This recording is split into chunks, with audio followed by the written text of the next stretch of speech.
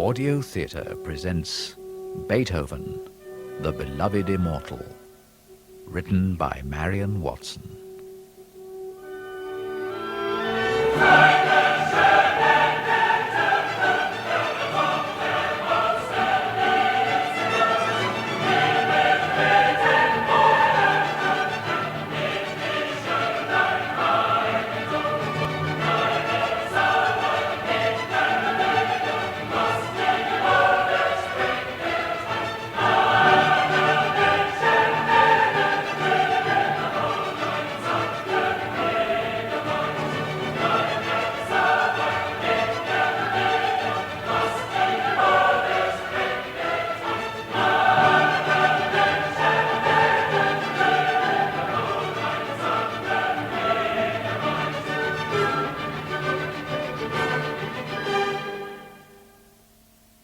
Dear Count Waldstein, I feel I must write and tell you about a musician I have just met.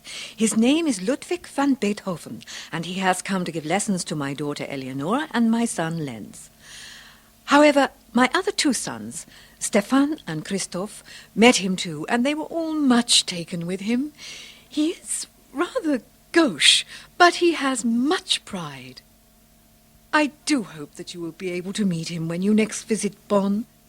Knowing what a talented amateur musician you are and how much you like to help up-and-coming musicians, I am sure you will be delighted to make his acquaintance.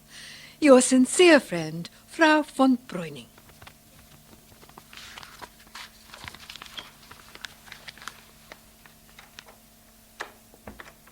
Beethoven has another of his black moods.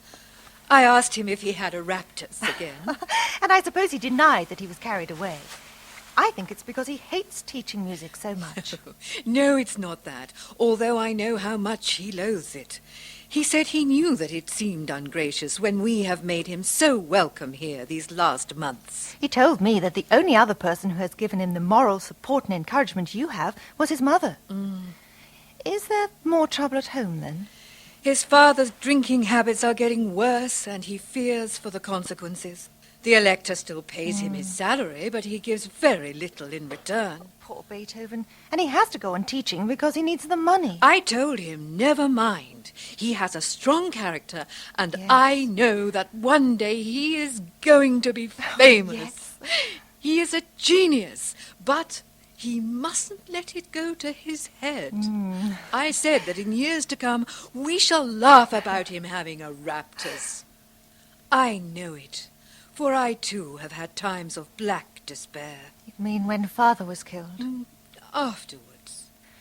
How is the reading getting along? He's just finished some of Goethe's work, and now he's borrowed your copies of Lessing, Klopstock and Gleim, but he says the Odyssey is still his favourite. You know, Mother, I think you're the first person who has tried to teach him what good manners mean. Perhaps. I have told him that he is always welcome in this house. We regard him as one of the family. I know I can never take his mother's place, but he can always turn to me for help and support. Yes.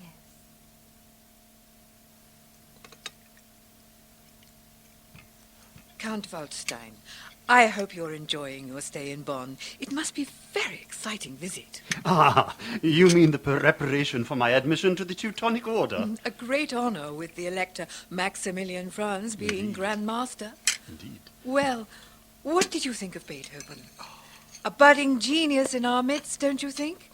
I know he was honored to meet you. It is I who was honored. Did you go to his room? Yes, he apologized for it being so humble, but that didn't matter. And he made me very welcome. He's dreadfully poor. Yes, we must see what we can do to help him. Eleanor, my dear, of course you know Count Waldstein? Good afternoon, Count. I trust you are well. It's such a lovely day that the boys and I are going for a ramble along the river, and Franz is coming too. I'm looking for Ludwig to ask him to join us. Franz Wegler seems to be becoming a very regular caller at this house. I wonder what the attraction can be. Frau von Breuning, I believe you are embarrassing Fräulein Eleanor. Wegeler is a very talented young doctor, I hear. Oh, yes, and a very good friend of all the family. Now, You'll probably find Ludwig in the music room. I'm sure he'd like to join you. We all know how much he loves the countryside. Yes, and especially along the Rhine. He says there can be no more beautiful region than this. Goodbye, Count Waldstein. I look forward to seeing you again. I must go, or the others will set off without me. Who knows? We might even meet one of those girls Ludwig's been pursuing. I wonder which one is in favour at the moment. Is it still Fraulein Jeanette Donrat? Or has Fraulein Westerholt taken her place in his affections? I must say they're both very pretty. Well, have you heard? Heard what, Waldstein? You're to go to Vienna. The Elector's eyes seem to have been opened at last to the fact that at least one of his musicians is endowed with exceptional qualities. You've been speaking with him? Certainly. You may not have realized it, but he's been watching you. He's very impressed by the advances you've been making over the years with your music, and the efficiency you've shown with every new post that's been assigned to you. I thought he was hardly aware of my existence. Elector Max Franz knows a great many things about people. He is also conscious of the high esteem you command among your fellow musical associates. What's more, he's been talking to other people about you. What other people? Oh, Neef and the Brownings. And you too, Waldstein. Well, yes. You know I'm always anxious to promote the advancement of my protégé and friend. And of course, Haydn put in a good word for you when he met the Elector. But there's still the problem Of money. The Elector has granted you a long leave of absence and will go on paying your salary while you study in Vienna. And there will be other small donations from sponsors. Oh, I'm so lucky to have such good friends. I've been longing to go back to Vienna to study under Haydn, to become part of that intellectual culture. But I shall miss my friends at Bonn. Things won't be the same here. With the revolution moving this way, many changes could be in store.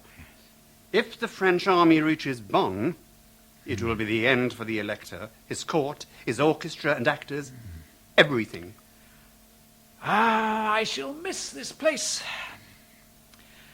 Before I leave, I'm going to get all my friends to write a message in an album as I take leave of them, and then I can carry it with me to remember them by. We shall all do that, Ludwig. How soon can you be ready to go? With all this political unrest, the sooner you leave, the better. Shall we say November?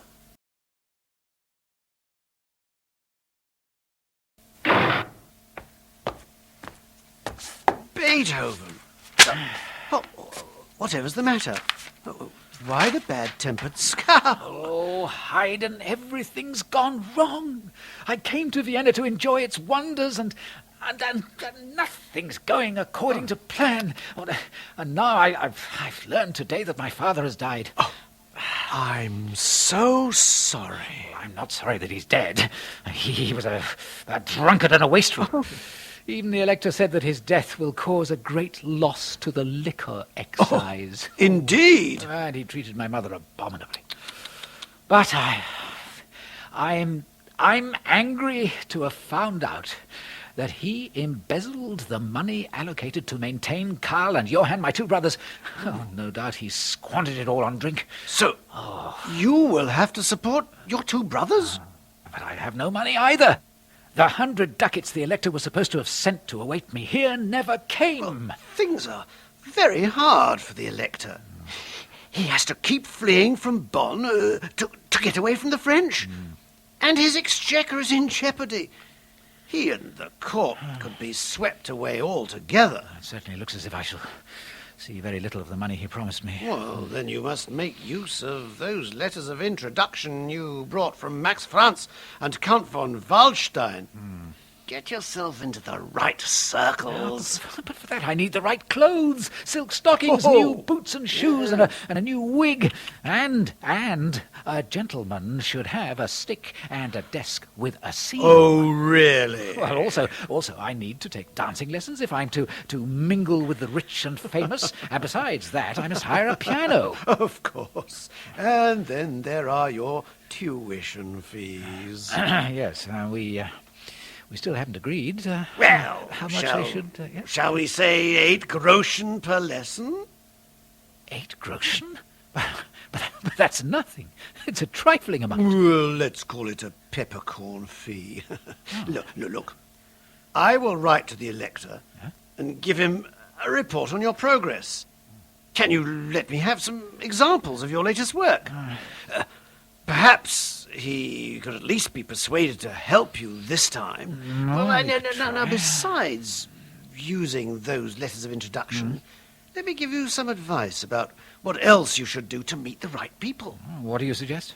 Well, I know what it's like to be poor. 40 years ago, when I had very little income, I managed to get myself lodged under the same roof as Metastasio. Who?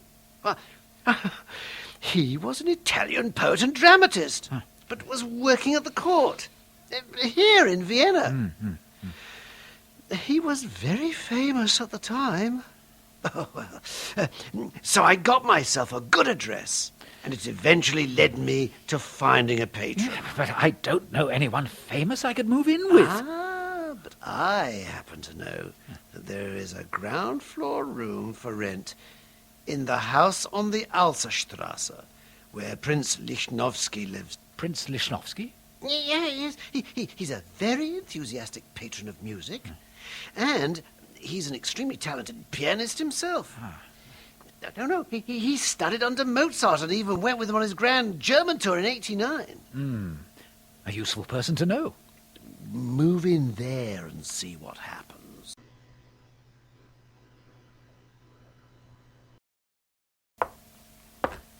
Herr van Beethoven? The same? My name's Lichnowsky. I heard that you had moved into the building. You know of me? Oh, everyone's talking about you.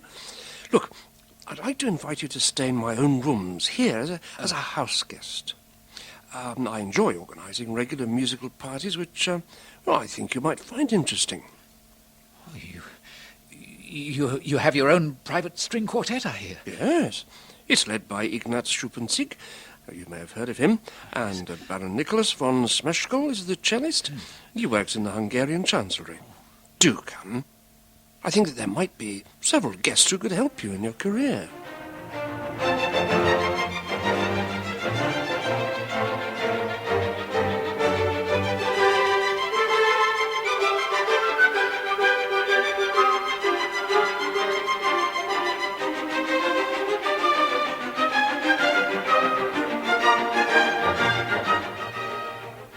Dancing lessons coming along, Beethoven. Oh, Haydn, I can't make my feet follow what my brain tells them to do. The dancing teacher has almost given up on me. Oh, I'm afraid I'm never going to master it. But you are happily settled in Lichnowsky's apartment. Well, yes, and he has such wonderful musical evenings. All the aristocracy of Vienna seem to attend. Now, what did I tell you? Well, I hope you're being suitably grateful. Oh, well, yes, but I never kowtow to anyone, least of all the aristocracy. Well, I must say your manners are too free and easy for Vienna. And your revolutionary ideas are being talked about. It's easy to get on with the nobility if you have something to impress them with. If they don't accept me as I am, then they are the losers. Be careful. Your pride could be your downfall. Oh, nonsense. They want me for my talent. Schuppanzig is showing a lot of interest in my work, and Schmeskal is very friendly. Oh. He's even offered to cut my quill pens for me. I'm too clumsy to shape them properly myself. So you're finding plenty of time to compose? Oh, yes, well, sometime.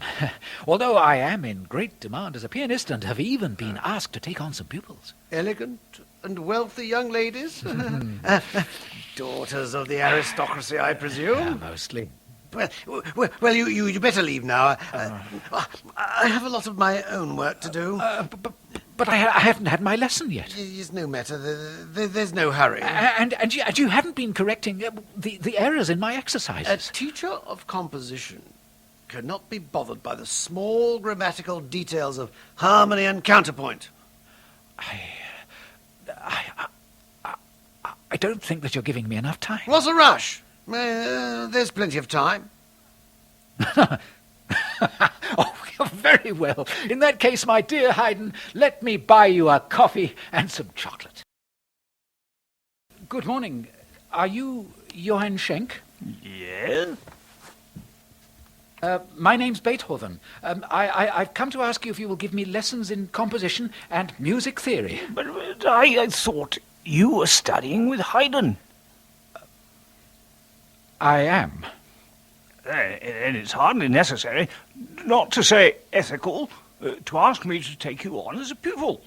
But Haydn is so occupied with his own work, and he's not prepared to give me the time I need if I'm to be a success. And look, he's not marking my exercises properly. Look, let me show you. See here. Now, look at that fault. He's not corrected it, and there, dozens of them. I see what you mean, but won't he be offended if he knows you're coming to me? Oh, I don't want to offend him or hurt him. Although I wish he would let me compose real music instead of making me do counterpoint all the time. Well, Look, suppose I come to you in secret. I'll continue to go to Haydn as well. If you correct my exercises, I'll copy them out again before I submit them to him. I must have help with my contrapuntal work. Without improving my technical studies, I shall never be able to exploit my talent to the full. I see. Well, very well.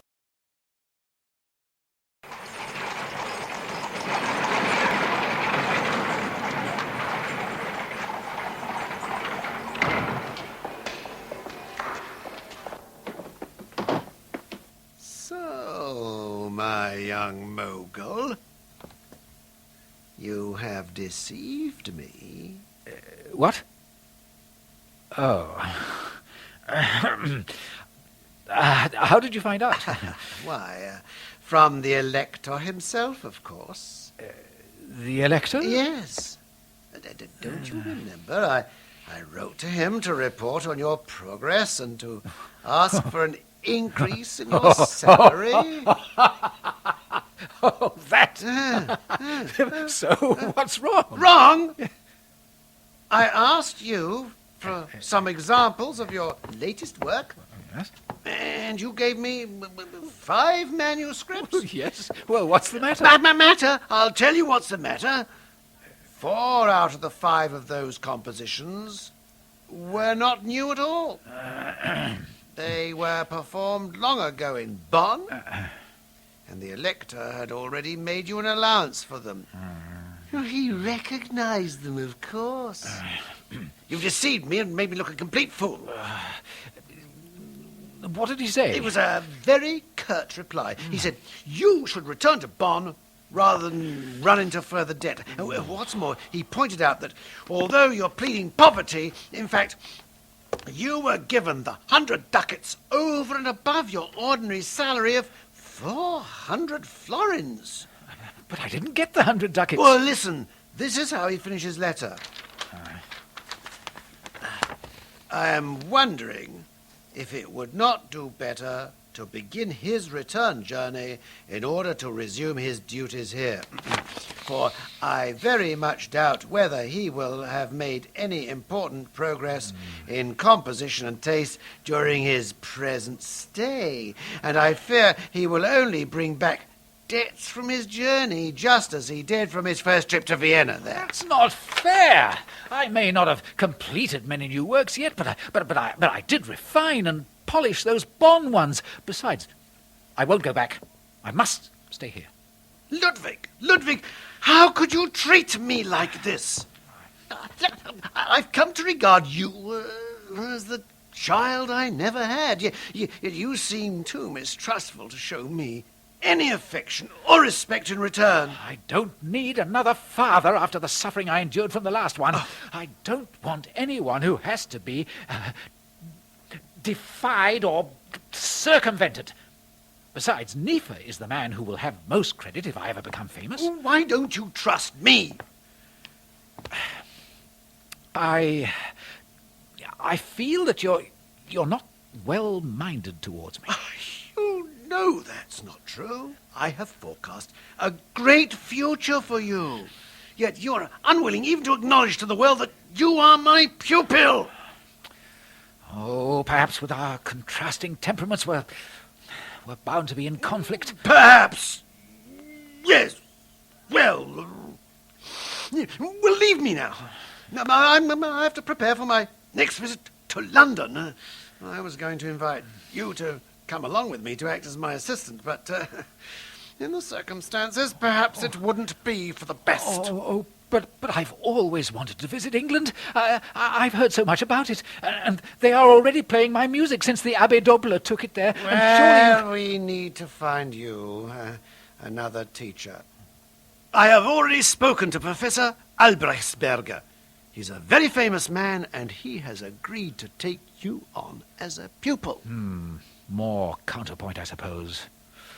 And, of course, no modern music.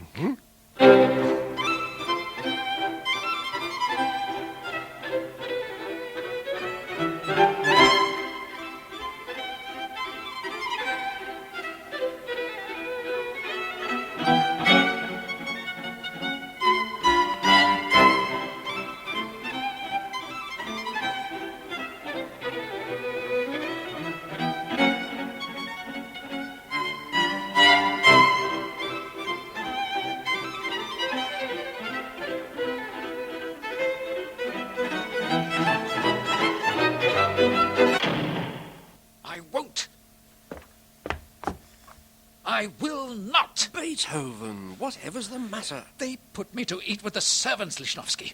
I won't have that. So what did you do? I got up and walked out. Well, that was rather uncouth of you, wasn't it? Your host may well be very offended. Perhaps you should learn not to be offensive in polite society. It's not me who should learn.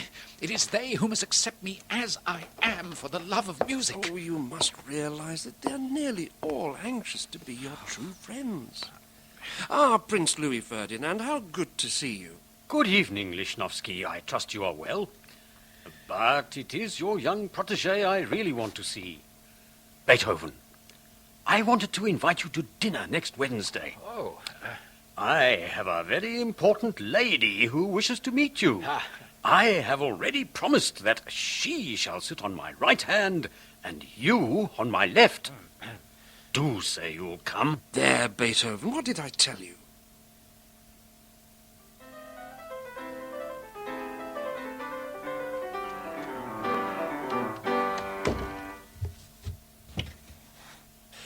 You see, I've been deliberately practicing your music so that I can prove to the world that it's perfectly playable. Of course it's playable, Lichnowsky. It was written to be played. Oh, do I detect a hint of anger? Has someone upset you? I've just learned from one of your servants that you have ordered them to answer my bell if I ring before your own. Well, of course. You're an honoured guest in my house. But you shouldn't treat me like that. It's embarrassing. It's not democratic. Oh, you've already given me a horse and a groom of my own, which I keep forgetting about, and you've given me a salary. Yeah, but only the other day you were complaining about having to eat with the servants at a party. That's different. It isn't. I can't be treated above you by your servants. I must get a servant of my own. Yours must answer your bell first. As you wish. Perhaps it would be best, as then he'll be able to devote all his time to you. Well, they tell me that you prefer to eat out in taverns rather than groom yourself for meals here. Saves me having to eat at set times. The princess cares about your welfare too, you know. She wants to put me under a glass case. Nonsense. Now, I wanted to talk to you about giving a little recital in public. You can have my quartet to do with as you wish. No, I won't play in public. For your friends, yes. But in public, no. Now, if you'll excuse me, Lishovsky, I have work to do.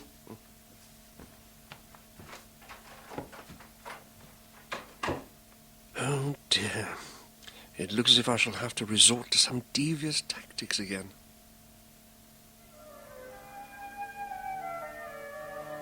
So, Beethoven is getting more pupils.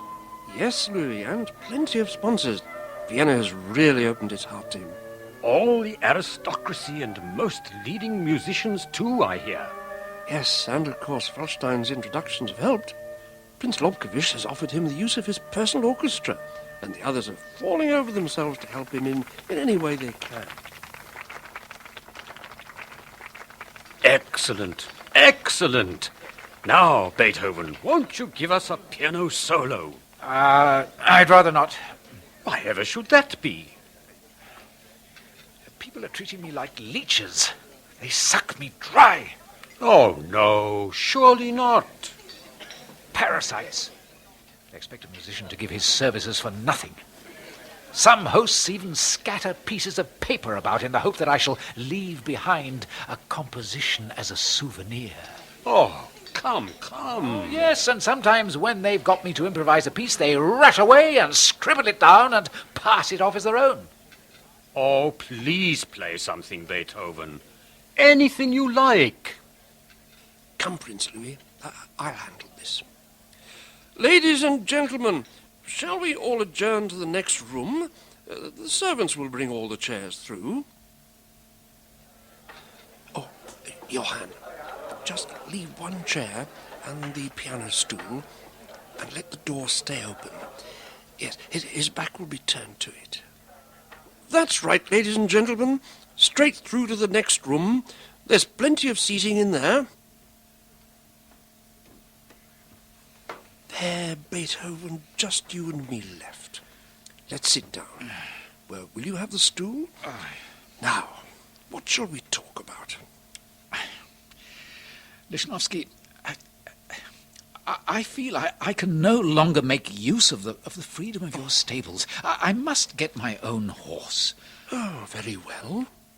It's not right, you know. I just wanted to say. Yes, what did you want to say?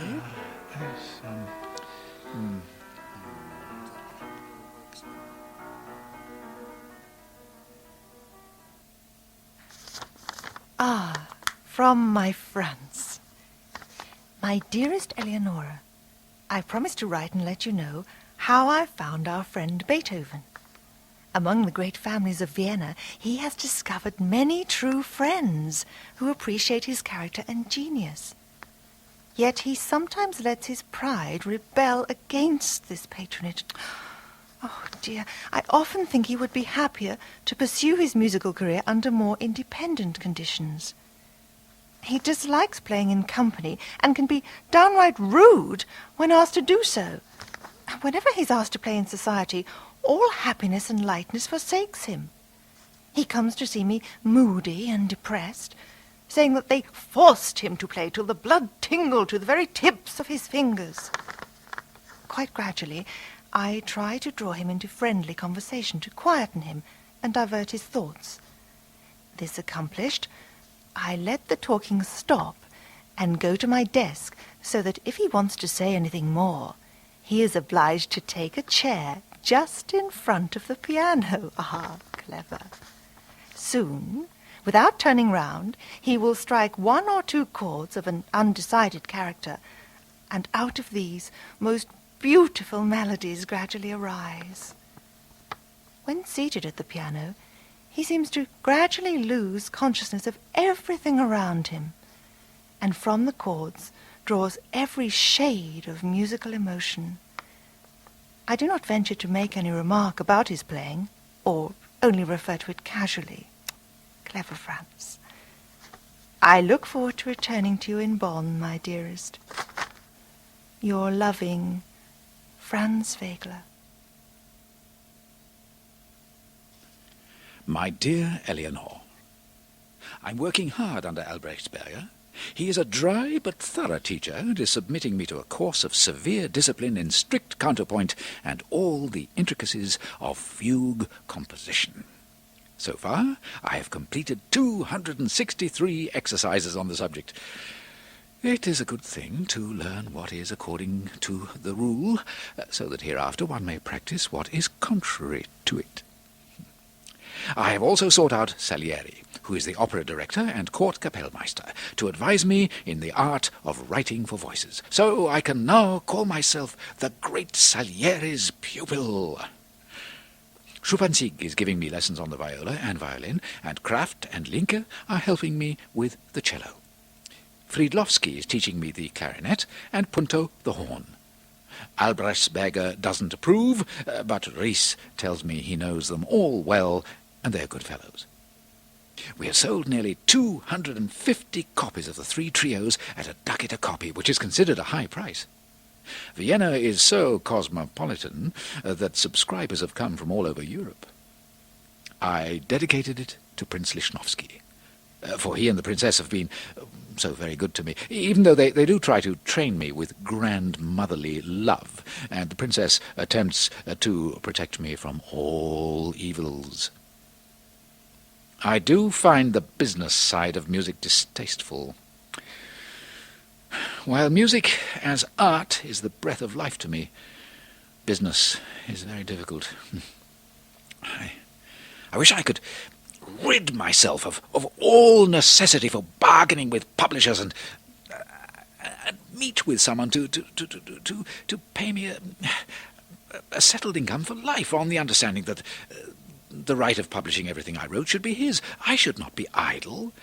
Terms of this sort, I believe, were made between Goethe and Cotta, and also between Handel and his London publishers. When I mentioned this at Prince Lobkowich's house one day, one of his friends asked me what right I had to complain, seeing that I was neither a Goethe nor a Handel. The prince tried to calm me down, saying that the gentleman had intended no offence, but I told him that I would not speak to any man who mistrusts me, because I am as yet unknown. I'm to make my first public appearance in March as a composer and virtuoso. They've asked me to play one of my own concertos. I'm looking forward to Fegele's visit. He says he may stay for quite a long period this time in order to complete his medical studies. Courage, courage. Despite all the weaknesses of the body, my spiritual rule this year must bring out the complete man. Your affectionate Ludwig. Good morning, Beethoven. Well, as you see, I'm all ready to begin our lesson. I should think so. Why have I been kept waiting for you? Waiting? But why are you so impatient? You wasted my precious time keeping me in that anteroom. Nonsense, there's plenty of time. Well, then... My fingers! Let go of my fingers! You're twisting them! That hurts! Good. Now, perhaps you won't be late for me again. The Stuttgart court might make Spohr fiddle while the audience plays cards, and the Saxon court might make Moscheles play the piano during the dinner hour, but Beethoven is of a more mettlesome breed. I'm not a servant, and I will not be bullied by court officials, nor submit myself to their trifling pedantry. You must be the first musician to stand up for your rights in this way, but I do understand. Do you? Did you hear what happened at Count von Braun's at Baden? I was performing with Ries when our playing was suddenly shattered by Count von Palfy's loud voice coming from the next room. What did you do? I stood up and shouted in an even louder voice, "For such swine I will not play," and walked out. You certainly don't mean to remain below the salt, do you? What?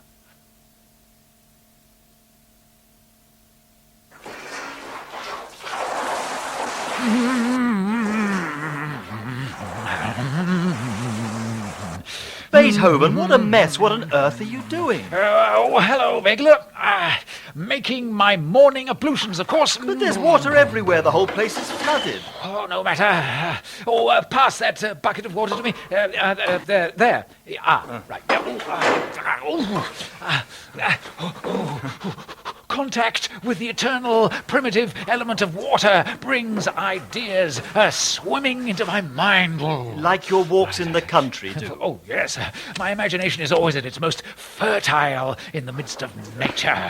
A long country walk with my notebook gets my compositions going. Yeah, I've seen those notebooks. What a mess. Oh, well, of course, I have to polish the work when I get home. But it still looks a mess. I don't know how you or anyone else can understand it. Well, they have to if they want my music. Well, things are going well for you. Yes.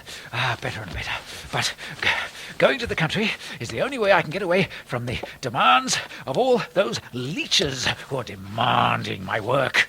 I've decided to make it a rule to spend each summer in the country, for nature is food and drink to me.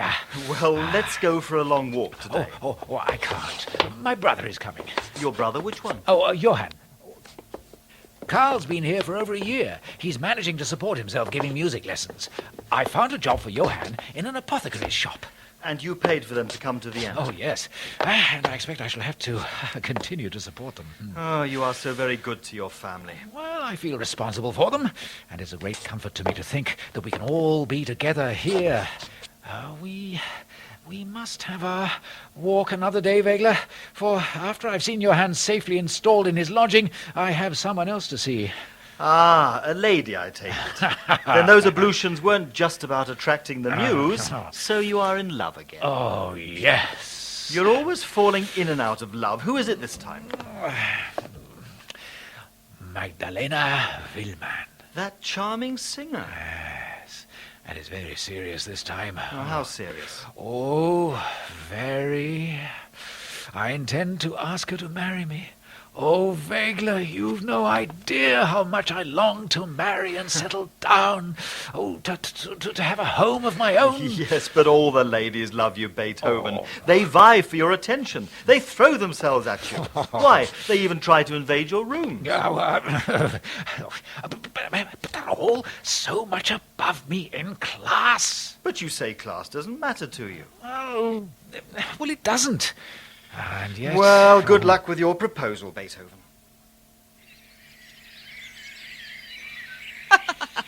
What? Marry you, Ludwig? You must be joking. But I'm not joking, Magdalena. I've asked you to marry me to share my life and my home. Oh, no, I can't marry you, Ludwig. You're so ugly, and you're half crazy. Magdalena, how can you say that? Have you looked at yourself in the mirror lately? Well, of course. Well, not very carefully. Look how rough your bearing is. And your clothes are so shabby. Such a contrast to the elegant attire customary in our circles. You said I was half crazy. You must be. Otherwise you wouldn't be so rude and ill-humoured with people. And you are so obstinate, too. Yes, I know you can be very generous to your friends and family. And you can be charming when you want to. But I don't think it's something I can live with.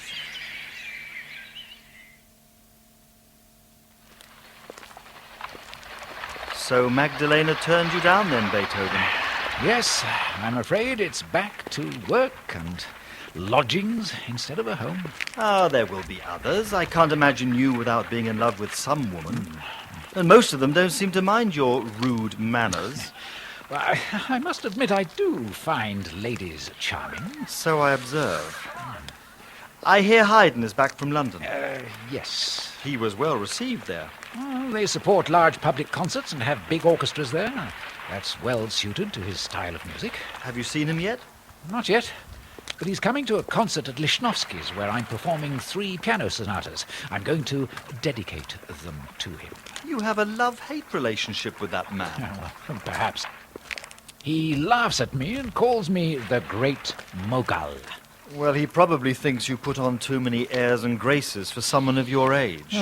That you're getting too big for your boots. Well, he thinks he knows best, even when I say something is right. Well, he did agree to help you, and he appreciates your talent. He sent a note asking me to add to my name on the title page of the sonatas Pupil of Haydn. I refused. Refused? Why? Because, although I had some lessons from him, he taught me nothing. Well, what are you composing now? I've been asked to write the minuets and German dances for the Rotensaal November Ball given by the Society of Artists. Then, in the new year, I'm going on a concert tour to Prague with Lichnowsky.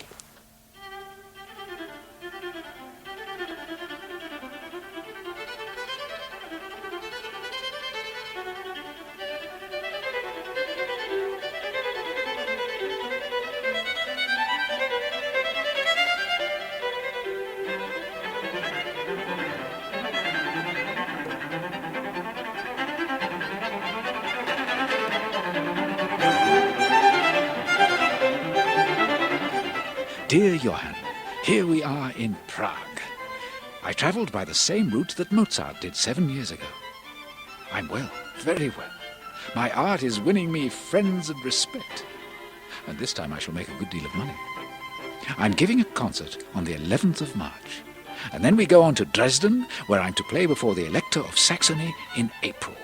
From there we go to Berlin via Leipzig. I will try to write to you again from there.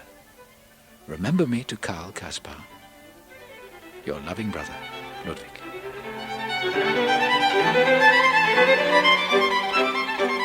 Dear Johann, we are in Berlin, and I have appeared several times before King Friedrich Wilhelm II of Prussia. I wrote 2 cello sonatas and played them with Jean-Louis Duport, the king's first cellist. At another performance, we played 12 variations for cello and piano on a theme of Handel. The cello is, of course, the king's instrument, and the choice of See the Conquering Hero Comes was perhaps appropriate. I had always regarded Berlin as the stronghold of classicism, but all the talk is of Bach and Handel and the Italian style. I don't think I could thrive in this atmosphere. However, I was very impressed by Prince Louis Ferdinand's playing, for it was not kingly nor princely, but only that of a good pianist. I also met Zelter and Fasch, 2 famous conductors, and have twice given improvisations before the Berlin Singakademie.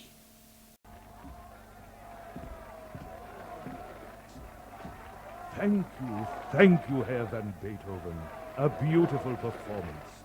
Now, as a token of our appreciation of your visit, I would like to present you with a little gift. Oh, a gold snuff box. And filled with louis d'or. Oh, but it's beautiful.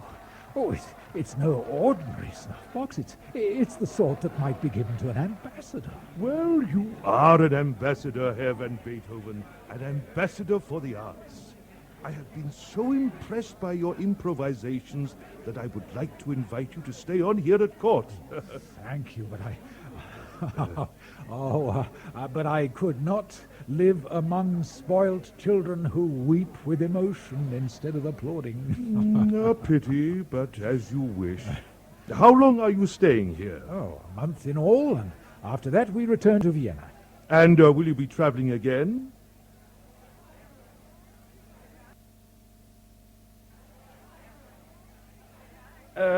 Pardon, sir, I couldn't hear what you said about the noise. I asked when you were going to be doing a concert tour again. There is talk of going to Bratislava later in the year. Ah, here is Himmel, the Kapellmeister. Have you met him?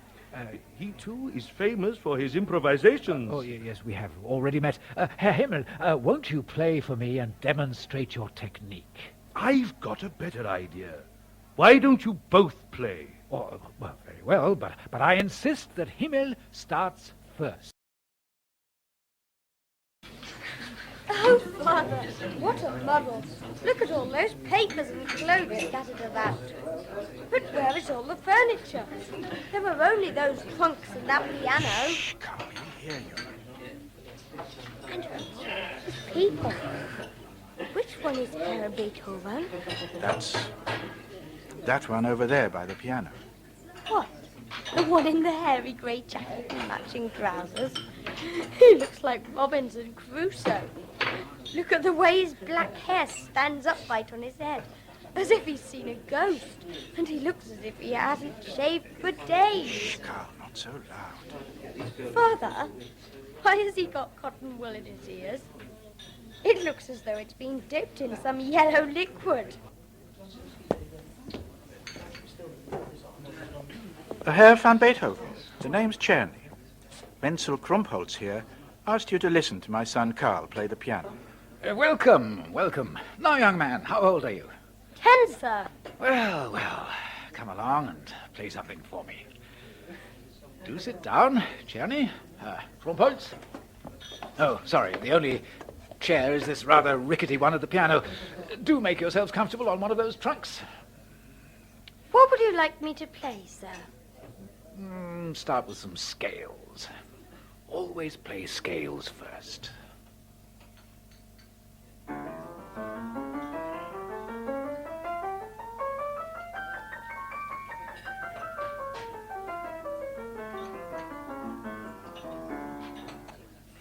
No. You need to hold your hands like this. Like this? Yes. Most musicians don't know that. And hold the thumb this way. That's it. Will you take Carl on as a pupil, Beethoven? Certainly. And we shall start with plenty of scales. Then we shall look at some of the exercises in Bach's book, where he can learn all about legato and staccato, which is so fashionable now. Then he will be able to play in the Mozart style. How about that, young man?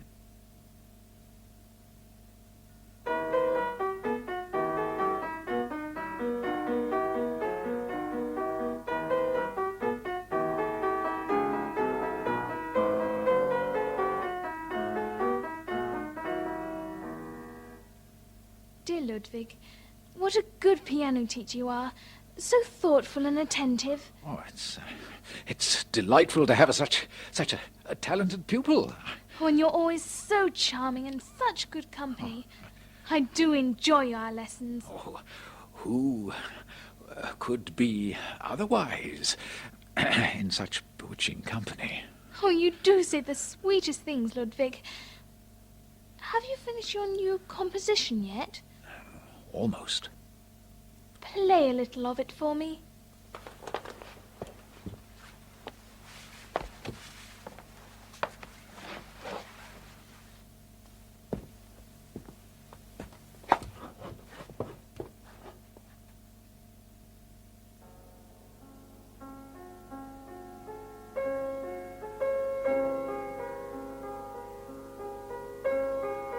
Oh, Ludwig, it's beautiful. It makes me think of walking in the woods on a warm summer evening. Does it? Yes, with moonbeams slanting through the trees and shining on the leafy paths. Giulietta, will you let me dedicate this piece to you? It would give me great pleasure to be able to do so. Dear Ludwig, how you spoil me. Why, I believe I've quite got you under my spell. Yes, Giulietta, you have. I do love you so. There's something I've wanted to ask you for some months now. Will you marry me? Oh, Ludwig, you know how much I love you. But my father would never consent to our engagement. Oh, why not? Is it because of the difference in our rank? No, it's not that. Oh, your fame and talent more than make up for that. What is it, then? He says he knows things about your health, and also... Well, what? He says that you're going deaf. My dear Wegeler, I was delighted to receive your letter and to hear that you and Eleanor are to be married next year. I hope that you will be very happy when you settle in Koblenz. I am now living in the Seilerstadt, where my lodgings have a good view out over the ramparts. Do you remember Franz Ries, who befriended me in Bonn? Well, I have his son, Ferdinand, here as a piano pupil. He has settled down well and often joins me on my country walks. Last time I wrote to you, I said that when you see me again, I should be greater not only as an artist, but as a man. Much has changed since then. Well, certainly my work is progressing well. My compositions bring me a good deal of money, and Prince Lichnowsky has granted me an annuity. So my finances are in good order, and my brother Karl Kaspar is looking after my business affairs, since he now works at a bank. I'm offered more commissions than it is possible for me to carry out. Moreover, for every composition I can count on 6 or 7 publishers, and even more if I want them. People no longer come to an arrangement with me. I state my price, and they pay. So you see how pleasantly situated I am. But that jealous demon, my health, has played a nasty trick on me. It amounts to this. For the last 3 years, my hearing has become weaker and weaker. The trouble is supposed to have been caused by the condition of my abdomen, which, as you know, was wretched even before I left Bonn. But it has become worse in Vienna. I've consulted several doctors who have prescribed various treatments, including almond oil, cold and tepid baths, pills and infusions, but with no success. I've tried to keep it from my friends and acquaintances. I can only say that I am living a wretched, lonely life. For 2 years I have avoided almost all social gatherings, because it is impossible for me to say to people, I am deaf. If I belonged to any other profession, it would be easier. But in my calling, it is an awful state. The more so because of my enemies, who are not a few. What could they not say? My bad hearing haunts me like a ghost. You will understand the nature of this deafness if I say that when in the theatre, I have to be extremely close before I can understand what the actors are saying. And musically, a little way off, I cannot distinguish the high tones of instruments and voices. Strangely enough, in conversation, people do not observe it. They attribute it to my fits of absent-mindedness. Often I can hear the tones, but not the words of someone who speaks in a low voice. Yet as soon as he begins to shout, it is unbearable. I must submit to some of my friends writing down and showing me what they are saying. Showing me. Often, if I face the person speaking to me, there is almost no difficulty. Watching their mouths and catching snatches of sound, I can manage, but what if they speak to me when I'm not looking at them? I have the immense urge to turn everyone around to face me at all times, just in case they are going to speak to me. Please understand, I cry in my heart. I'm not shunning you. I'm suffering. How it will all end, God alone knows. I fear that my concert days are over. I beg you to say nothing of my condition to anybody, not even Eleanor. I live only for my music, and when one composition is scarcely ended, another is already begun. And I frequently work on 3 or 4 pieces at the same time.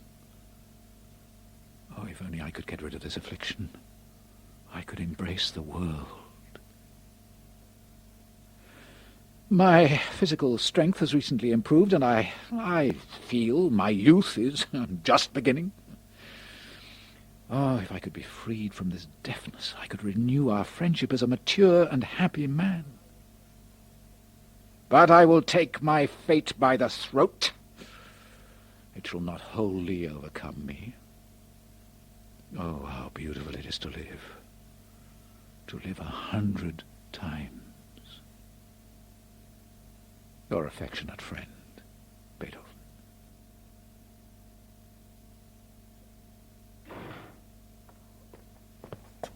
Carl, what is this I've just heard from my publisher? What's that, brother? That you've been taking my discarded scraps of manuscript and offering them for publication. But it seems such a shame to waste them. They're worth money. People will buy anything if it's got Beethoven's name on the cover. They will not buy anything unless I think it's good enough. But most of them don't know the difference. That's not true, and you know it. Besides, I know the difference, and what's more, I've my reputation to think about. But think of the money, Ludwig. Money? Is that all you and Johann can think about? This is not the first time there have been signs that you are both trying to cheat me. I will not have music published that I am ashamed of. Do you understand? Do you understand? Let go, Ludwig. Stop shaking me like that. You're hurting me.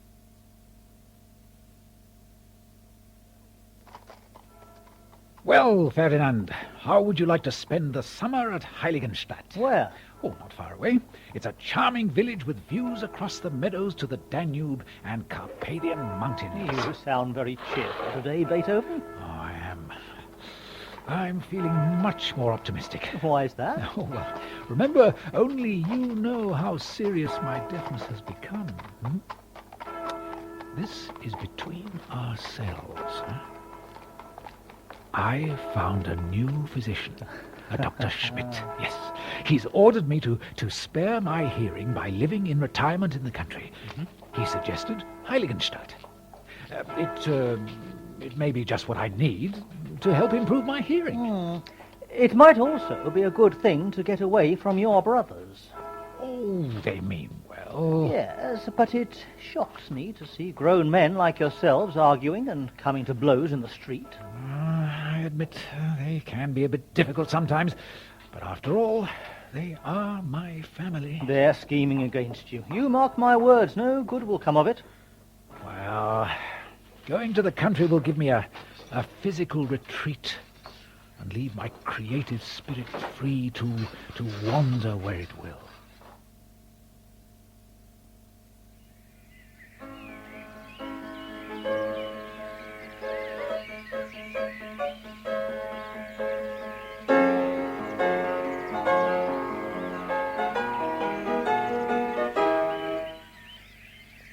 It's beautiful, Beethoven. You've been composing some of the brightest and happiest work you've ever written while we've been staying here. Perhaps I set out with such high hopes, but now everything seems to be crashing around me again. Oh?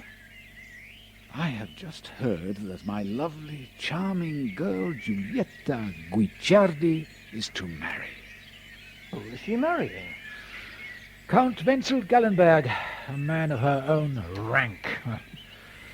It's all been arranged. But he's only a boy. Ah, a year older than she is. They tell me that already he's quite a prolific composer of ballet music. But you'll get over it and find someone else. With my deafness getting worse? Getting worse? But you had such high hopes of Dr. Schmidt. The treatment isn't working. I can hear less and less. I'm filled with despair. I sometimes wonder if it's worth going on. Perhaps I should write my will and end it all. To Breitkopf Hotel, 12th February 1803. You will have heard by now that my brother has been engaged by the Vienna Theatre to write an opera. He is in charge of the orchestra and can conduct if necessary, seeing that a director is already available there every day. He has assumed the chief direction mostly so as to have a chorus for his music. There, Ludwig. Is that what you wanted me to say? It'll do. All Vienna's agog that Beethoven's writing an opera. They're enthusiastic because good opera is all so new here. It's only since they started arriving from Paris last year that they've become so popular. Perhaps it's the themes of these new French works that are touching people's hearts. But of course. Who wouldn't be affected by these outpourings from a revolutionary country? Oh, I certainly am. So much contemporary realism and heroic plots, all bound up with recent political history. When Schikaneder heard my Prometheus ballet music and asked me to try my hand at an opera, I couldn't resist. So here you are in new lodgings once again. Right here, in the theatre. Oh, it couldn't be better. But how are you managing to write the opera and compose for this concert the theatre's asked you to give? Oh, the Mount of Olives didn't take too long to write. It's almost finished. The concert's arranged for the 5th of April, and besides the oratorio, we are going to perform the 1st and 2nd symphonies and the 3rd piano concerto, which I shall perform. A lot of new music for the audience to enjoy. Yes. All but the 1st symphony are unheard.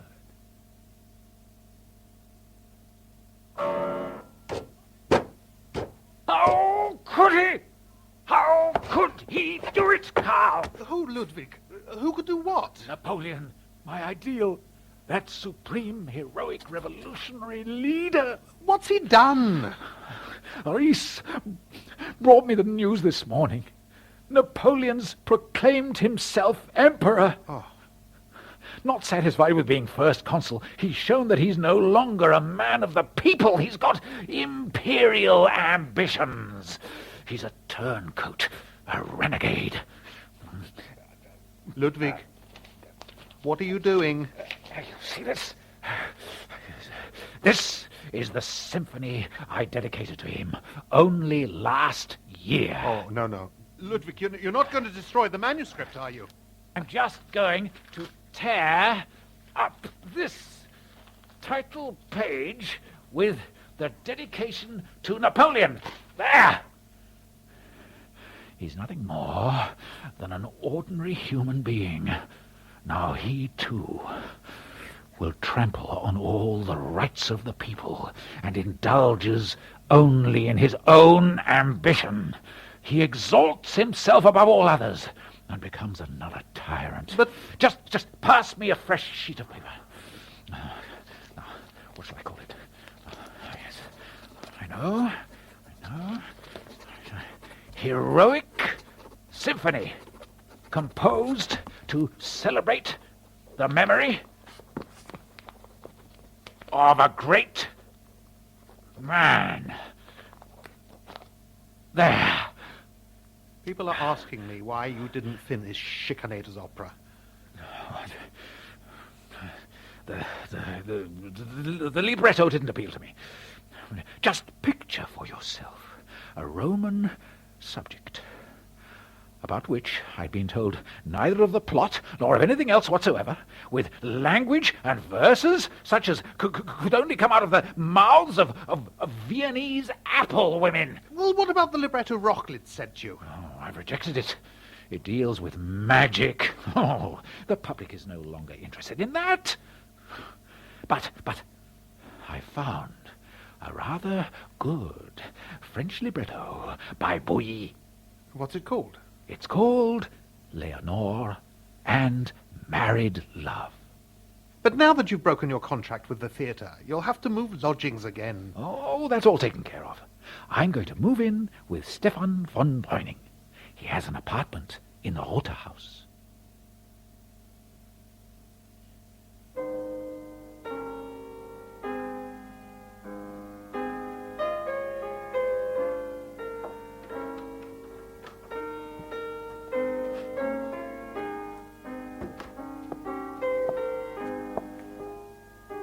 Reese, what are you doing here so early? I thought our lesson wasn't until 10. It wasn't, but I've come to take my leave. You're going? So suddenly? I've been recalled to Bonn. I have to do military service. Oh, the way things are going, we shall need all the able-bodied soldiers we can find. Things don't look good for Vienna, do they? Oh, the French army is far too close for comfort. They say the imperial family is packed and ready to flee if necessary. I shall miss our lessons.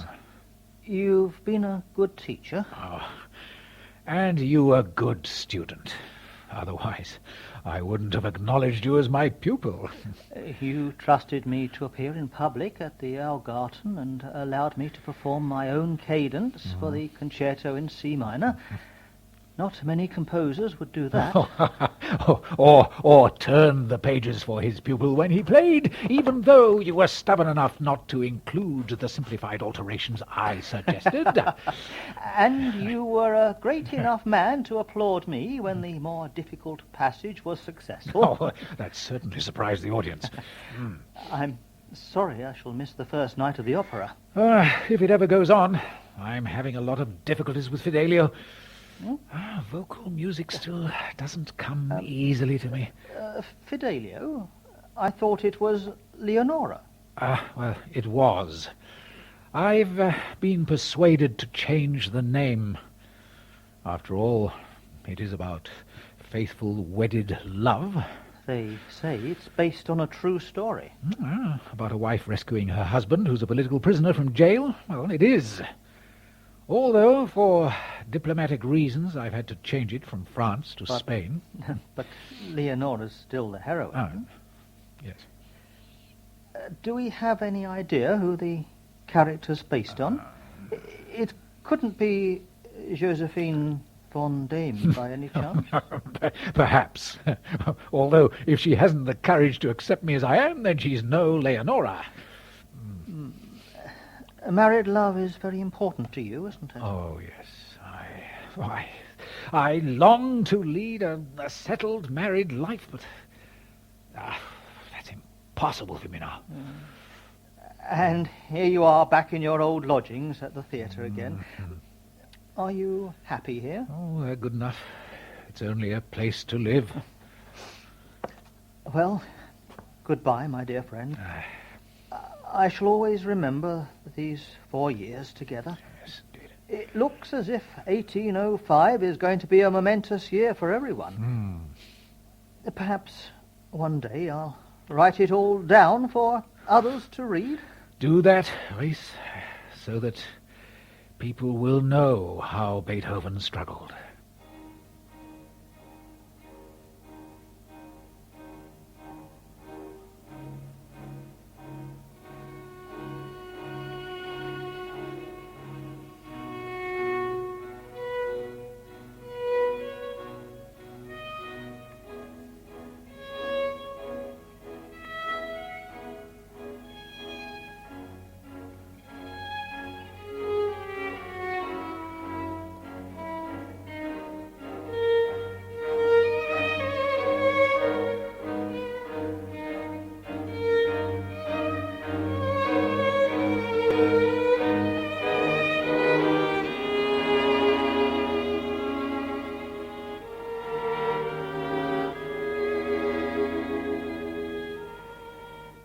But it was a failure, a complete failure. That wasn't entirely the fault of the music, Beethoven. It was certainly an inauspicious date to choose for the first performance of Fidelio. With an audience full of French soldiers, you mean? And with the Empress having fled, Napoleon at Schönbrunn, Murat in Archduke Albert's palace, and General Rühlin having taken over Prince Lobkowicz's home.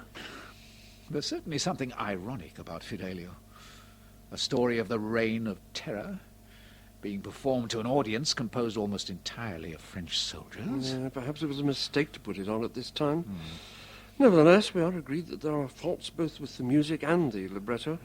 That's why we've gathered here this evening, to see what can be done about it. I won't have any cuts made. No cuts. Not one note. Look, just take out those 3 pieces. It's going to make all the difference. It might be even better if it was reduced from 3 to 2 acts. That's what Stefan thinks.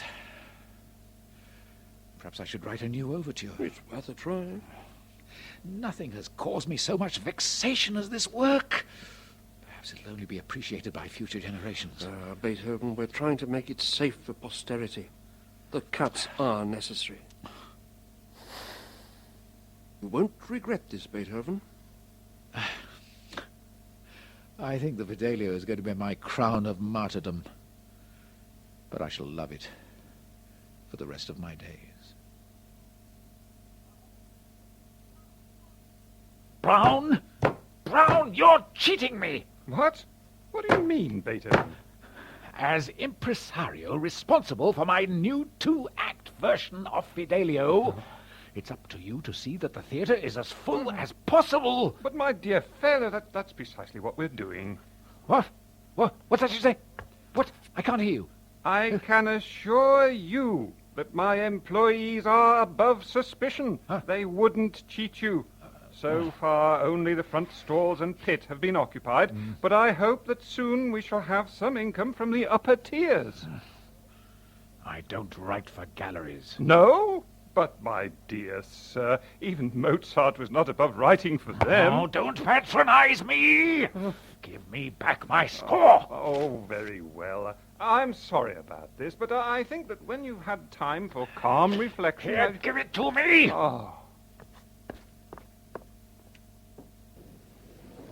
Beethoven, as you know, I've got these French officers quartered with me, and, I'm having some of them to dinner. I wonder if I could prevail upon you to play part of your new Appassionata Sonata for their entertainment. No. No? No, Lichnowsky. I will not. I will not play for French soldiers. Oh, come on now. They're longing to meet you. I will not play for them. Oh, very well, then. Perhaps I should lock you up if you won't play. No! I said it and meant it. Well, you didn't have to express your anger with them by smashing a bust of me, surely. I won't play. I shall leave the castle if you ask me. And what's more, I'll take my Appassionata manuscript with me. Goodbye. But it's pouring with rain. No matter. I'm going back to Vienna. But I have my pride. There will be thousands of princes, but only one Beethoven.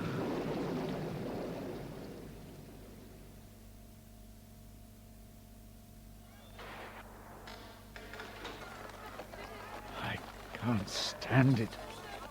I can't stand it. It's so painful.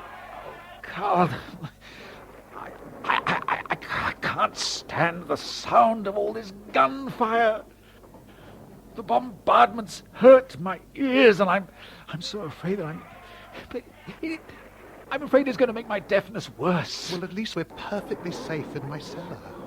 Carl, what a miserable year 1809 is turning out to be.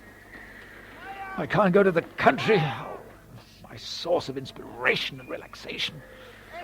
All my friends have left the city. Almost all communication from the outside world is cut off. No glamour about Napoleon now, is there, Ludwig? Ah, French soldiers. I hate them. Look at that lot over there. Those officers. Hey, you lot! If I were a general and knew as much about strategy as I, a composer, know about a counterpoint, I'd give you fellows and your Napoleon something to think about. Come on, Ludwig. Come away from the window. You'll get yourself arrested. Come away before the bombardment starts again. Here's some bedding.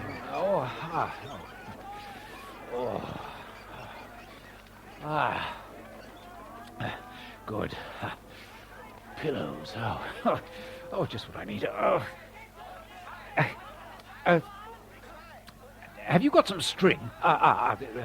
This cord will do. Yes. What are you doing? I'm going to tie these cushions around my head. I've got to protect my ears from the noise. Somehow it shakes my whole head. Oh, Carl, I can't compose with all this going on. Just fragments here and there, that's all. I've been trying to write a tribute to Archduke Rudolph. He's been such a good friend. But it just won't come. I know. It will. This war is affecting both my body and my soul. They say that Haydn is dying. How dreadful. Dying in all this noise. He was the master you know, Karl.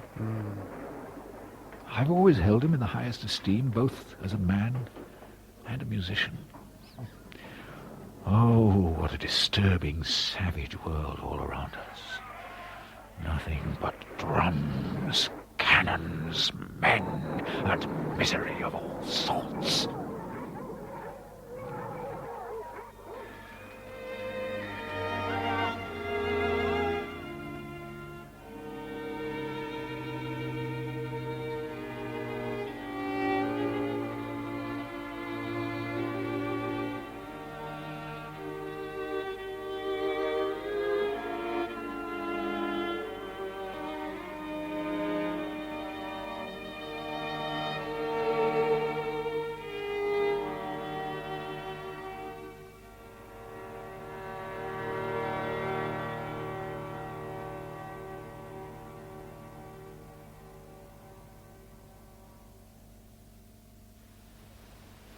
Therese, I've just received my birth certificate from Bonn. Why should you want that, Ludwig? I need it in order to marry. You're getting married, Ludwig? I hope so. Whom are you going to marry? I was hoping that you would marry me, Therese. Me? You want to marry me? Oh, Therese, I do love you so much. Please consent to be my wife. But I couldn't possibly marry you, Ludwig. Why ever not? Well, my family would never allow it, for one thing. And besides, you're far too old. My name's Bettina Brentano. I've come from Frankfurt. I'm a friend of Goethe's. Oh. He may have mentioned me. Perhaps, yes. I've only just arrived, but I didn't want to waste a moment before meeting you. I adore your music. Oh, look at this. Is this where you work? Compose? Yes? You know Franz, my brother? That's where I'm staying. Oh, of course. Franz Brentano. Yes, I know him well. But... but I didn't realize he had such a charming sister.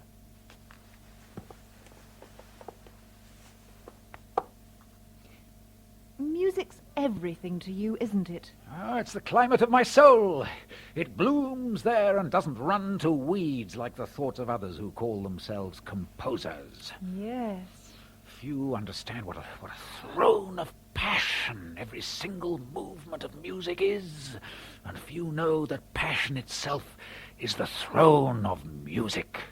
I write poetry myself. I understand. I know what you mean. We've only just met, and yet you speak to me as if I have been your trusted friend for years. Oh, yes, it does feel like that, doesn't it? I think I can talk to you as I've never been able to with, well, most of my friends.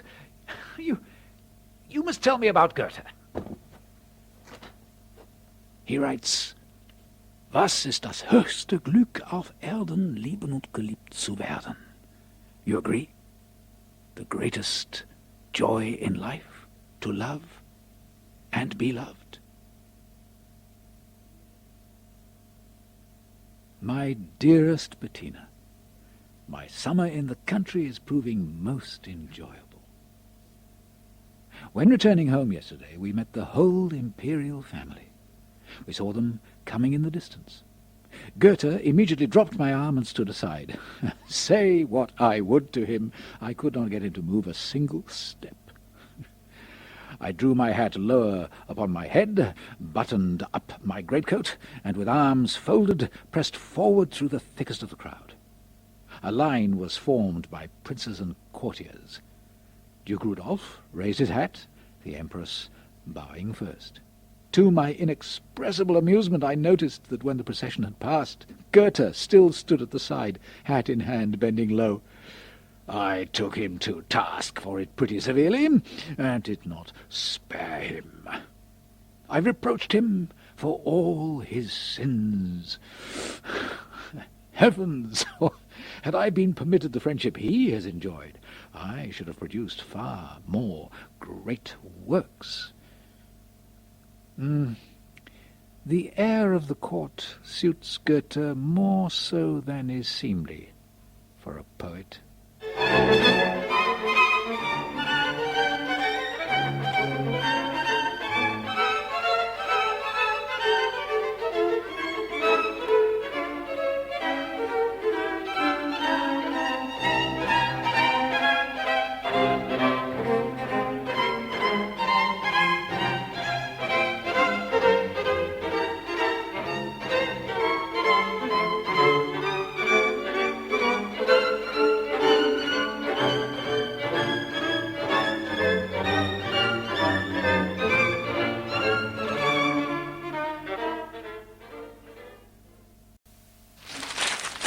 Get out! You're cheating me! No, sir. You know I wouldn't do that. No, you can't have spent that much at the market. Food costs money, Oh, sir. here, what's that? No, what, speak up. I had to shop for your dinner party, sir. Dinner party? Schindler's coming, sir? Oh, yes, and Huttenbrenner. Oh, well, I can't afford more money. The collapse of the currency since the war means my allowance has been stopped. I do my best, sir. I'm what? sure they'll try to get your allowance back to you again. Oh, get out! Go! I've got work to do!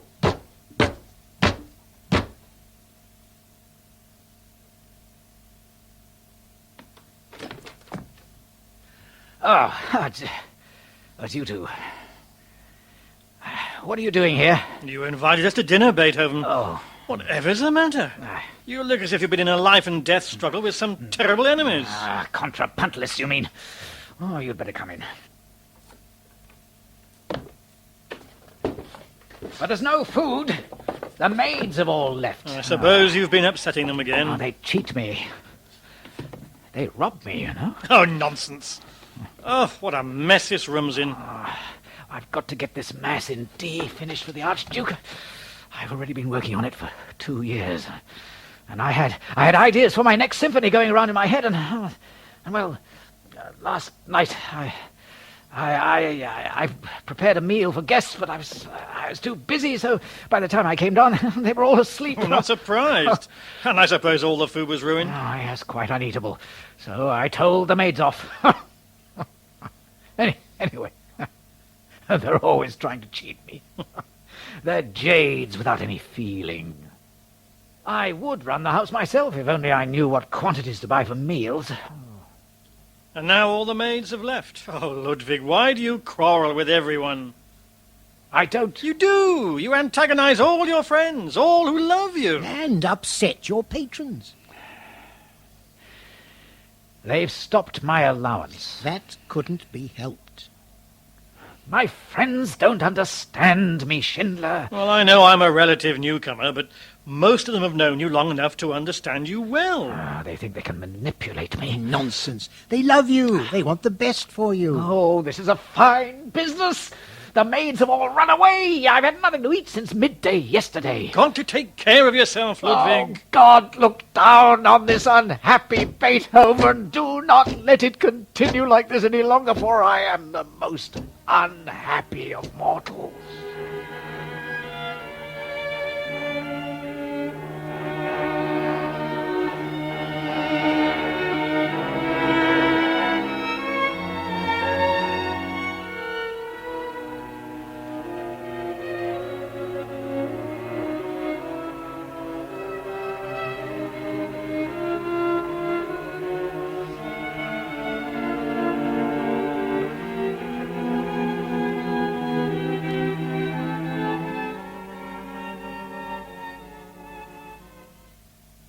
Thank you for coming so quickly, Herr Schindler, sir.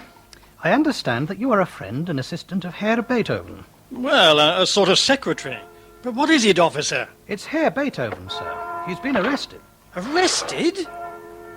He was mistaken for a tramp, sir. Oh, I suppose he was wandering around without a hat and in that old coat again. Yes, sir.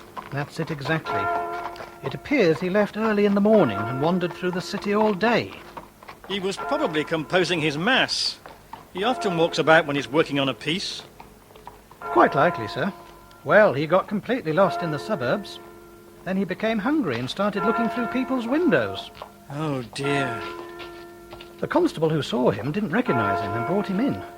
When Herr Beethoven woke up this morning, he demanded to see Herr Herzog, the local musical director, who identified him. And the mayor's offered to provide him with a carriage if you'll take him home. Where is he? This way, sir.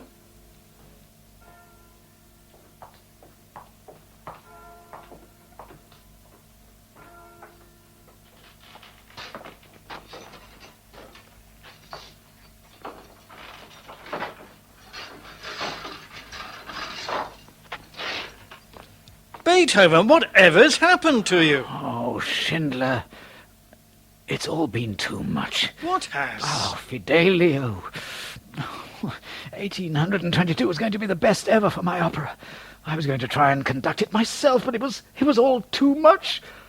I couldn't hear anything. Can you imagine what it was like for me? I had to leave the hall and go home. I'm so deaf now I can't even hear my friends and servants anymore. Oh, come along, Ludwig. Let me take you home. We can't let you withdraw from the world like this.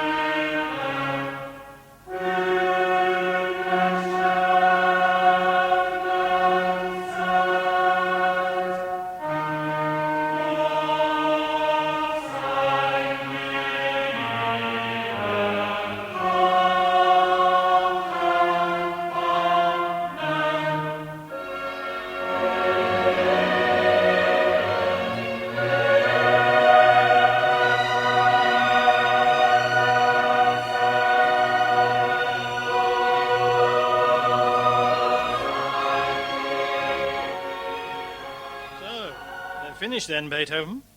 The Mass and the Ninth, yes. I've decided to dedicate the Mass to the Archduke. I think it's my greatest work. And the symphony? Oh, for years. I've wanted to set Schiller's Ode to Joy to music. Are you hoping to see the Mass and the symphony performed at the same concert? Yes, but I'm going to offer them to Berlin. Berlin? I don't trust the Viennese. They've taken a fancy to Rossini. That disappoints me. Oh, no, Beethoven, we can't have that. Leave it to me, and I'll get in touch with some of your aristocratic friends.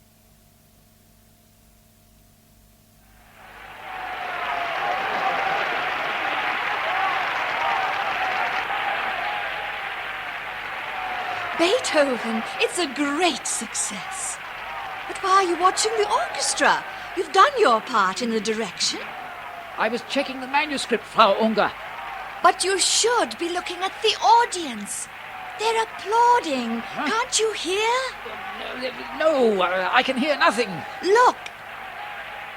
See, they're all clapping. Oh. Everyone of importance is here. Everyone except the court. No matter. There's not an empty seat anywhere. And yet the takings are very small. Oh?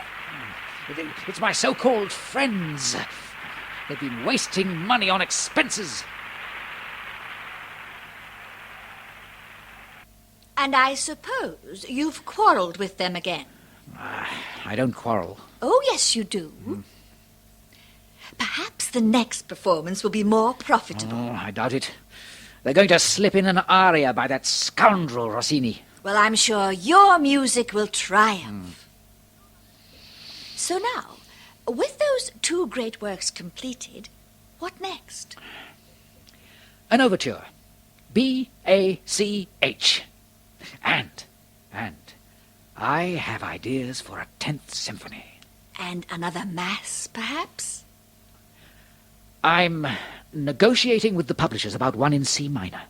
And I have ideas for a requiem, an oratorio, and 2 operas. Oh, dear Beethoven, your imagination is working more ferociously than ever. I feel within me the energy to complete all these works, but my health is gradually growing worse. I've had bouts of jaundice and inflammation of the intestines. My doctor tells me my liver is diseased, but I must press on. Prince Galitzin wants me to write some quartets. And yet you still have time to see your friends. Yes, and to drink with them. Holtz is meeting me later this evening. The happy atmosphere of the wine shops is better than home. That's because you can forget your health and family troubles there and be your old, boisterous self. And talk. Oh, I've always loved conversation. Still do. Even though I need to use this confounded notebook to converse. But why do you often write your part of the dialogue? I can't hear myself. I can no longer trust my voice.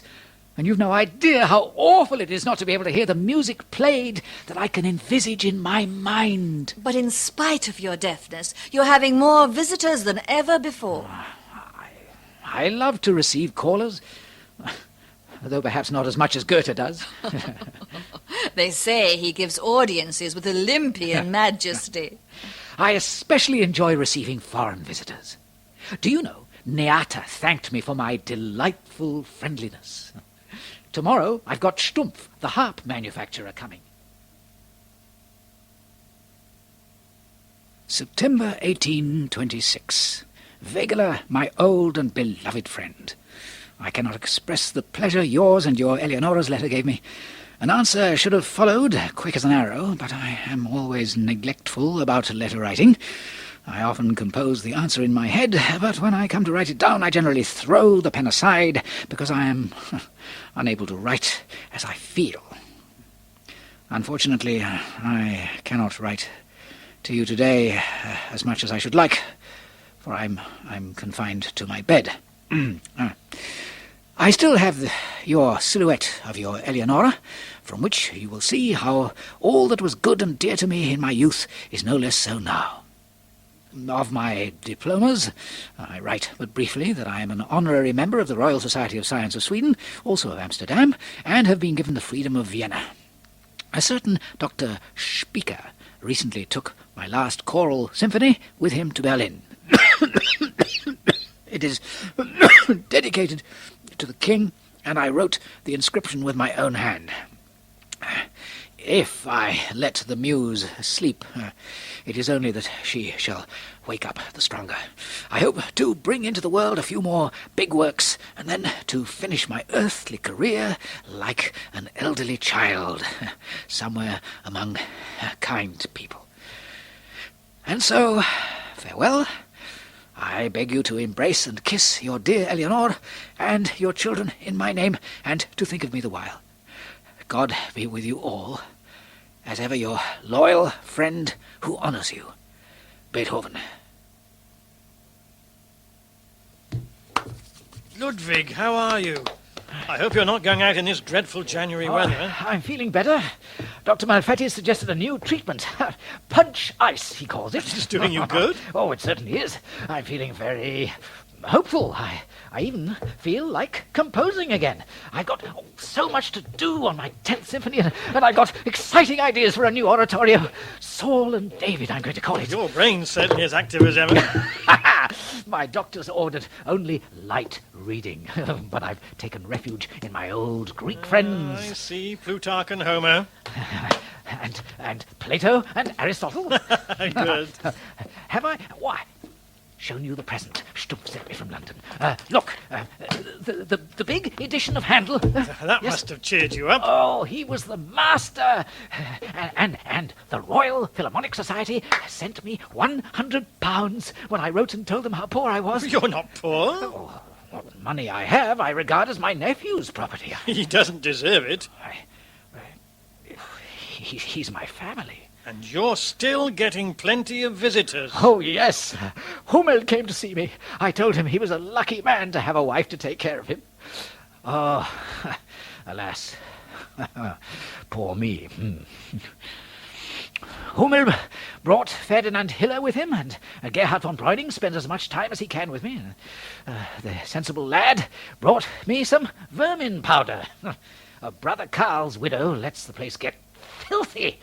I detest that woman. Did I show you this picture of Haydn's birthplace I've been given? It gives me childish pleasure to see the cradle of such a great man.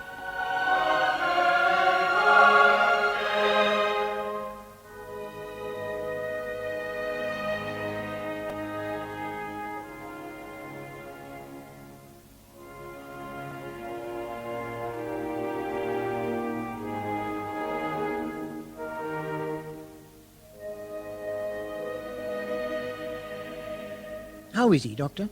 It can't be long now. I doubt that he will see March out. His mind is beginning to go. Hummel and his wife came to see him yesterday, but he didn't say a word. And yet the same day he asked to make his will. He's left everything to his nephew. Should I arrange for him to receive the last sacraments? Yes, I think you should. I'll call again tomorrow. You can go in and see him if you like.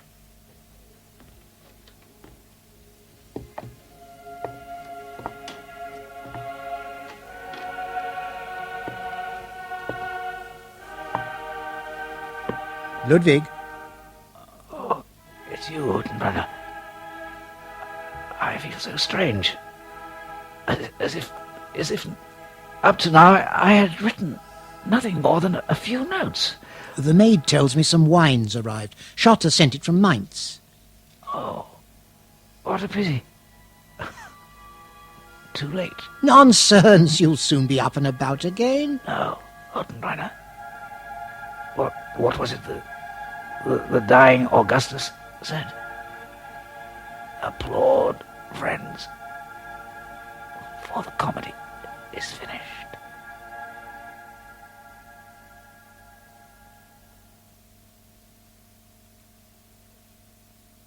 £12 gulden. The bidding's with you, sir. 15. 15 I'm bid. Any advance on 15? Remember, this is the last lot, gentlemen. No advance? Very well, then. Going, gone. And that, gentleman, completes the sale of the effects of Herr Ludwig van Beethoven. Thank you very much.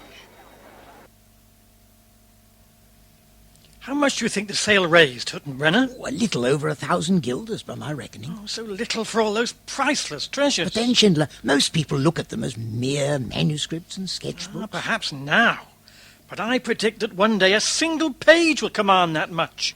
They should never have been sold off piecemeal in this way. Well, perhaps, my dear Schindler, at some future time, when we are long gone, someone may be able to gather them all together again, as they should be. Perhaps. Oh, I still grieve that I was not with him when the end came. It wasn't your fault.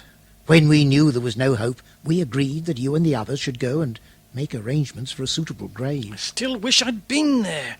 We'd been friends for so long. What was it like? Well, as you know, there was only myself and his sister-in-law there. Quite an irony, that, when you think of the hatred that'd been between them. A dazzling flash suddenly lit up the death chamber. Beethoven opened his eyes, raised his right hand with his fist clenched, and for several seconds looked upwards with a grave and threatening expression, as if to say, "I defy you, hostile powers! Away, for God is with me!" Have you seen this? What, that piece of paper? Von Breuning found it when he was sorting out Beethoven's things. It was tucked in the back of a secret door on his desk. Oh, shouldn't it have been put in the sale? It's only a letter. Who from? It's in Ludwig's own handwriting. Any date? Monday the 6th of July. Well, then it seems to go on to the 7th. No year and no name, but it's obviously a love letter. Very passionate. Let me see. My angel, my all, my very self. A few words today only where necessity speaks. Can our love exist otherwise than through sacrifice, though demanding less than all? Can you help it that you are not wholly mine and that I am not wholly yours? Oh, a sense of the inevitable. love demands everything, and love is wholly right. This it is for me with you, and for you with me. Only you are so prone to forget that I must live for myself and for you as well. Were we wholly united, you would feel the pain of it as little as I. We shall, I fancy, see one another soon. Besides, I cannot this morning share with you all that has passed through my mind during the last few days about my life. Were our hearts always close to one another, I would have no thoughts of this kind. My heart is full to tell you much.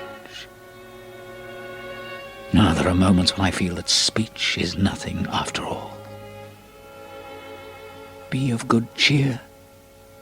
Remain my true, my only treasure, my all, as I am yours. The gods must send us the rest, that which for us shall be. Only now have I learned that letters must be posted from here very early in the morning. I weep when I think that you will probably not have the first news until Saturday evening. Much as you love me, my love for you is stronger. But do not ever hide your real self from me. Even from bed my thoughts press out on you, my immortal beloved. From time to time joyfully, and then again sadly, waiting to learn whether fate will lend an ear to us. I am resolved to wander far from you until I can fly to your arms and say that there I am, truly at home, can send my soul enfolded by you into the realm of spirits. Be calm. Only by a calm consideration of our existence can we attain our purpose of living together. Be calm. Love me. Today, yesterday. What tearful yearnings for you. You, my life, my all. Farewell. Oh, keep on loving me. Never misjudge the faithful heart of your beloved Ludwig. Ever yours, ever mine, ever for one another.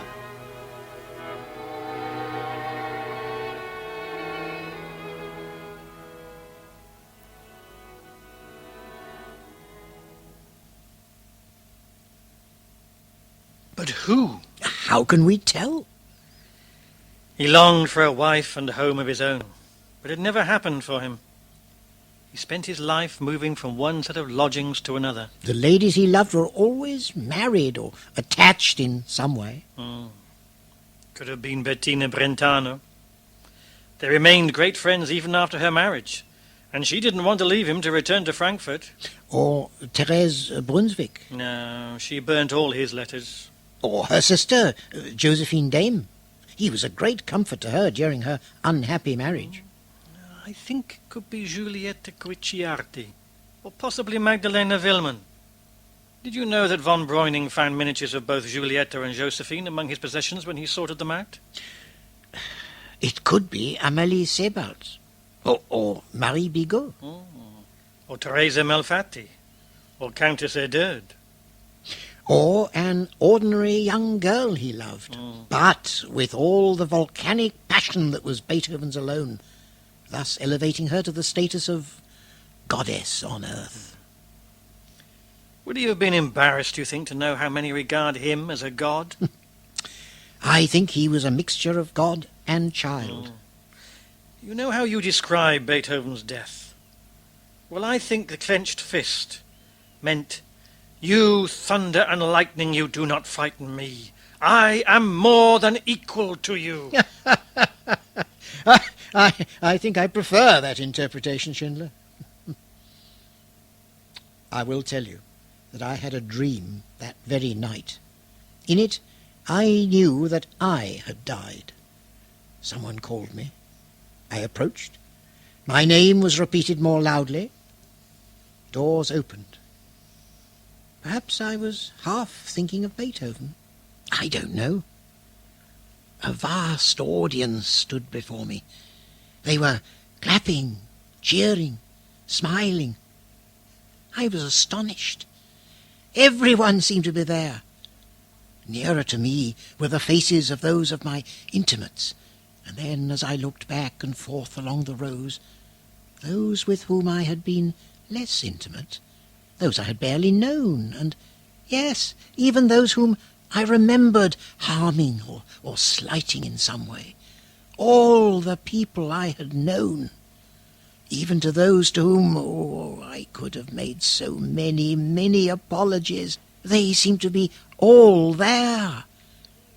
But Schindler, they were all applauding with such joy. I was embarrassed. I was overwhelmed. Why was this? I had done nothing. I was certainly no Beethoven. Yet thousands upon thousands were behaving as though I were he. And then? Then I awoke. What do you think of that?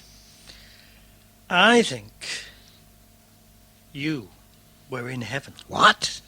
Yes, Huttenbrenner, heaven. At least, I think you had a glimpse of it. Heaven? Why not? I have always thought that heaven was where only the best was remembered.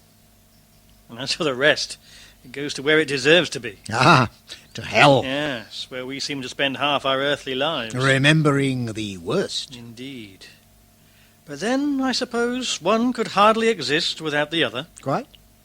And so, shall we applaud the best of Beethoven? Yes. And that, I think you'll agree, means a great deal of applauding. I can't imagine it ever stopping. Oh, friends, no more these sounds continue. Let us raise a song of sympathy, of gladness. Oh, joy, let us praise thee. Praise her, God-descended daughter of Elysium. Ray of mirth and rapture blended, goddess, to thy shrine we come. By the magic is united what stern custom parted wide. All mankind are brothers plighted where thy gentle wings abide. Ye to whom the boon is measured, friend to be your faithful friend, who a wife has won and treasured, to our strain your voices lend. Yea, if any hold in keeping only one heart all his own, let him join us, or else weeping steal then from our midst unknown. Draughts of joy, from cup o'erflowing, bounteous nature freely graces, just and unjust showing, blessing everything that lives. Wine she gave to us, and kisses, loyal friend on life's steep road. E'en the worm can feel life's blisses, and the seraph dwells with God. Glad as his sons, the sons his will sent plying through the vast abyss of space. Brothers, run your joyous race, hero-like to conquest flying. O ye millions, I embrace ye.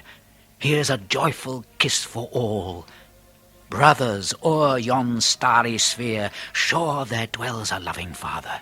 O ye millions, kneel before him. World, dost thou feel thy Maker near?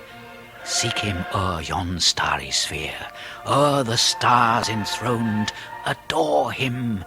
Praise to joy, the God descended.